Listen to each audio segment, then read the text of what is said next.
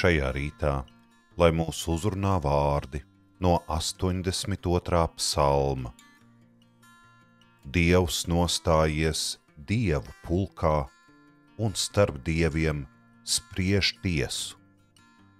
Cik ilgi vēl netaisni tiesāsiet un iestāsiet par ļaundariem? Taisnīgi tiesājiet vārgu un bāru, nabaga sērdieni attaisnojiet.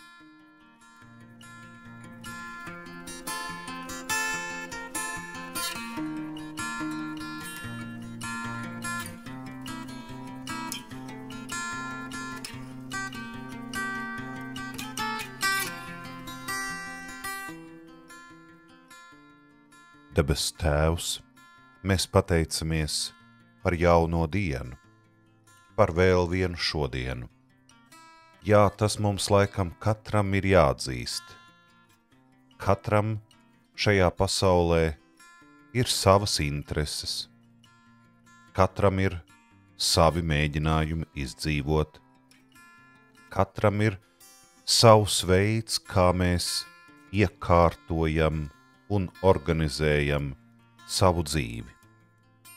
Kā nu mākam, kā nu protam, ar tiem līdzekļiem, ar to izdomas bagātību, kas nu ir mūsu katra paša ziņā. Mēs meklējam palīdzību, mēs veidojam alianses, mēs raugāmies šajā pasaulē pēc dažādiem spēkiem, kas varētu mums kaut kā palīdzēt sasniegt tos mērķus, kurus esam iecerējuši.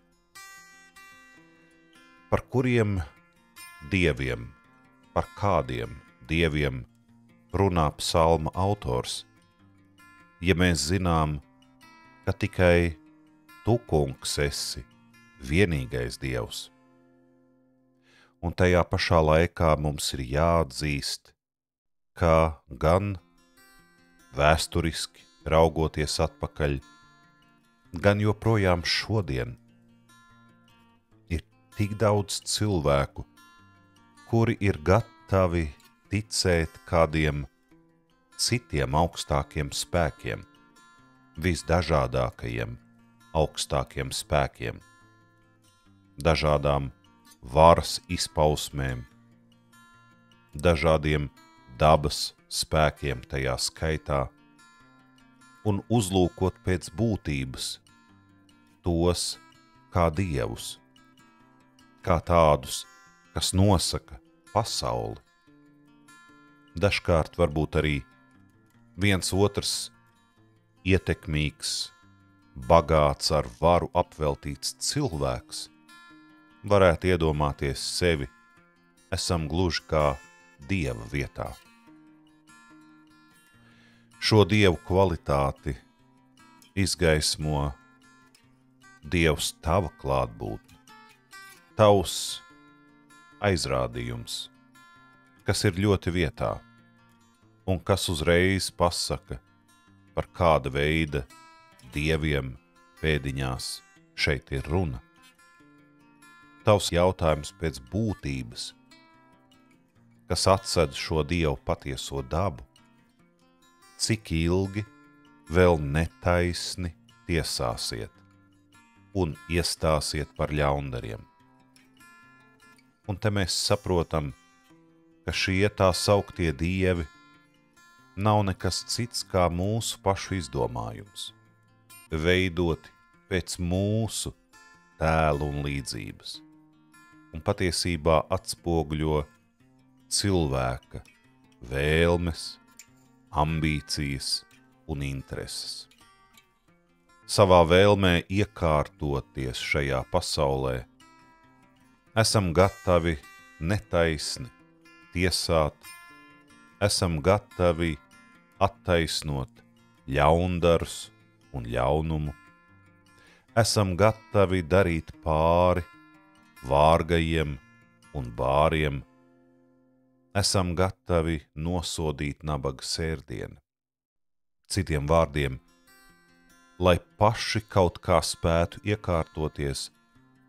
Mēs kā cilvēki ļoti bieži to darām uz vājāko, neaizsargātāko cilvēku rēķina.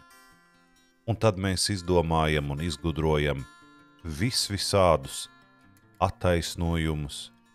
Mēs atsaucamies uz visādiem principiem vai kādiem augstākiem spēkiem, kurus pasludinām par dievišķiem.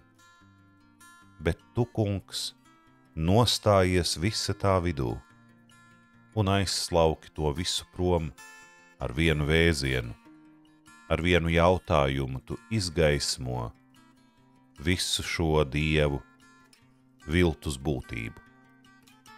Cik ilgi vēl netaisni tiesāsiet un iestāsiet par ļaundariem?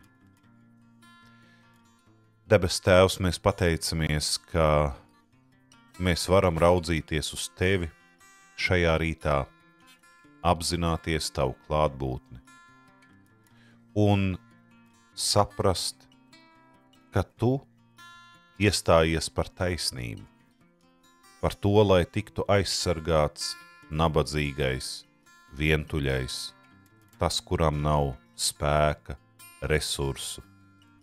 Tev rūp katra cilvēka dzīve. Tev rūp katra cilvēka liktenis. Un tu vēlies, lai mēs arī parūpētos viens par otru. Un tad mēs zināsim, ka mums nav nepieciešams izgudrot dažādus dievus vai atsaukties uz dažādiem principiem.